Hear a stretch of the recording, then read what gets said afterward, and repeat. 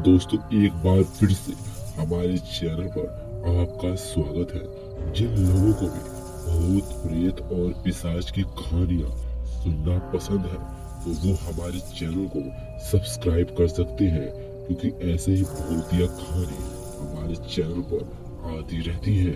तो बढ़ते हैं आज की कहानी की ओर। दोस्तों, मेरा नाम प्रशांत है और मैं हापुड़ का रहने वाला हूँ। और ये कहानी भी हापुड़ से जुड़ी हुई है। जब मैं हापुड़ के रेलवे स्टेशन पर चाय बेचता था, उन दिनों मेरी दुकान अच्छी खासी चलती थी और मैं अपने दुकान से चाय बेचकर ही अच्छे खासे पैसे कमा लिया करता था। एक दिन की बात है, मैंने सुबह सुबह रोज की तरह अपनी दुकान खोली और चाय बनाकर बेचने लगा। उस दिन मैंने 2000 कमाए थे। पता नहीं उस दिन मैंने किसका मुंह देखा था। सुबह से लेकर शाम हो गई और दुकान पर भर भर के आदमी आ रहे थे। देखते ही देखते सुबह से शाम हो गई और शाम से रात के 7 बज गए और अब दुकान पर पहले की तरह आदमी नहीं आ रहे थे। मैंने सोचा कि अब मुझे दुकान बंद कर लेनी चाहिए और अपनी दुकान का सारा बाहर रखा हुआ सामान मैं समेटने लगा और एक एक को करके अपने दुकान के अंदर रख रहा था। मैं अभी ब्रेंच को हटाने ही वाला था कि अचानक से एक वृद्ध आदमी यानी बूढ़ा आदमी मेरी दुकान पर आकर बैठ जाता है। मैंने उस बूढ़े आदमी से कहा कि बाबा, दुकान बंद हो गई है, माफ करना। और बची हुई जो चाय थी मैंने फेंक दी, लेकिन वो बूढ़ा आदमी कुछ नहीं बोला। मैंने फिर से इसी बात को रिपीट किया और इस बार भी वह बूढ़ा आदमी कुछ नहीं बोला और अचानक से बेंच से उठ खड़ा हुआ और आगे की तरफ जाने लगा। उसे जाता देखकर मुझे थोड़ा दुख हुआ कि आज पहली बार कोई ऐसा बूढ़ा आदमी है जो मेरी दुकान से बिना चाय पिए ही जा रहा है।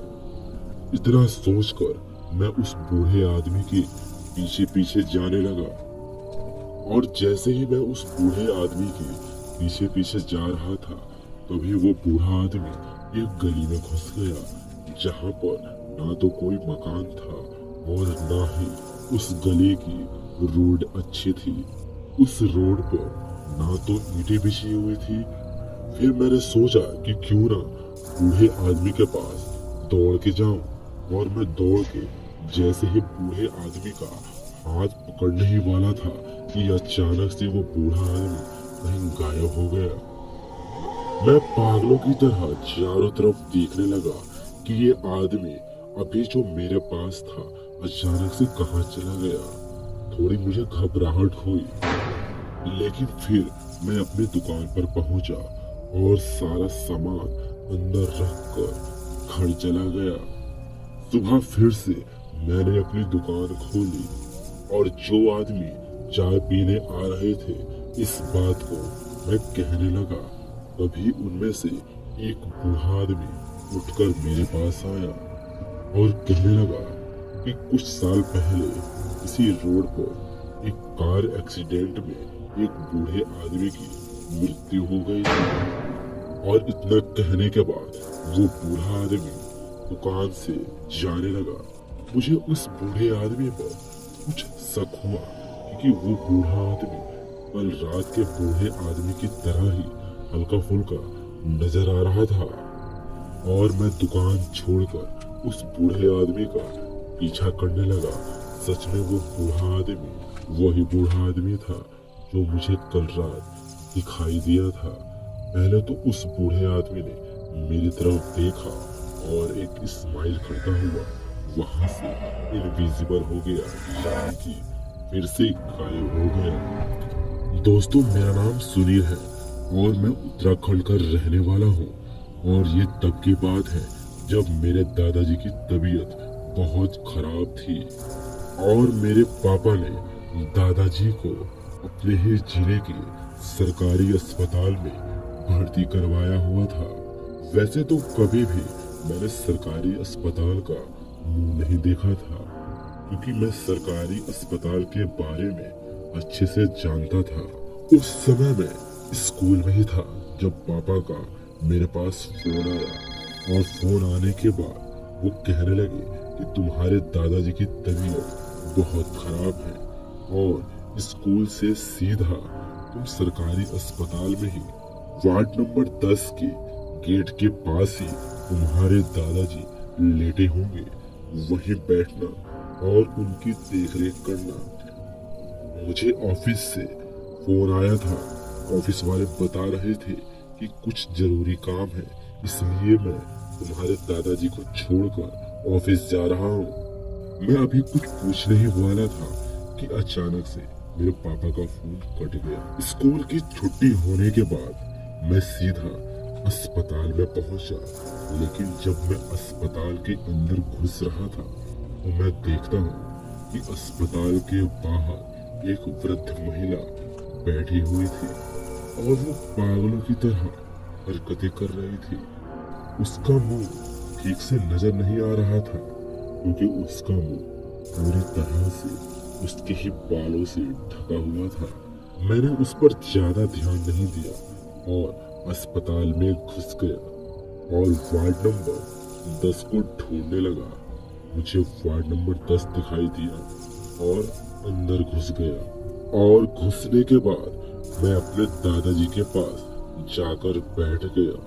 मैंने देखा दादाजी के मुंह पर ऑक्सीजन लगा हुआ था और वह गहरी नींद में सो रहे थे। मैंने सोचा कि इस समय दादाजी को उठाना अच्छा नहीं होगा। थोड़ी देर दादाजी के पास बैठने के बाद मैं बोर होने लगा। अब वहां से मैं बाहर की तरफ आया, और बाहर आने के बाद चाट की दुकान थी, जहां जाकर मैं चाट खाने लगा। चाट खाते खाते मेरी नजर फिर से उसी बूढ़ी औरत पर गई। मैं देखता हूँ कि वो बूढ़ी औरत अब मेरी तरफ ही देख रही थी। इसी तरह मैंने जल्दी से अपनी चाट खत्म करी और अस्पताल में फिर से घुस गया। वो इसलिए क्योंकि जब मैंने अपनी चाट खाकर बाहर बाथरूम करने के लिए गया तो वो बूढ़ी औरत मेरे ही पीछे खड़ी थी। जिसके बाद दौड़ता हुआ मैं अस्पताल में आ गया, और बूढ़ी औरत की इस हरकत को देखकर मेरी हालत पतली हो गई थी, क्योंकि वो बूढ़ी औरत किसी चुड़ैल से कम नहीं लग रही थी।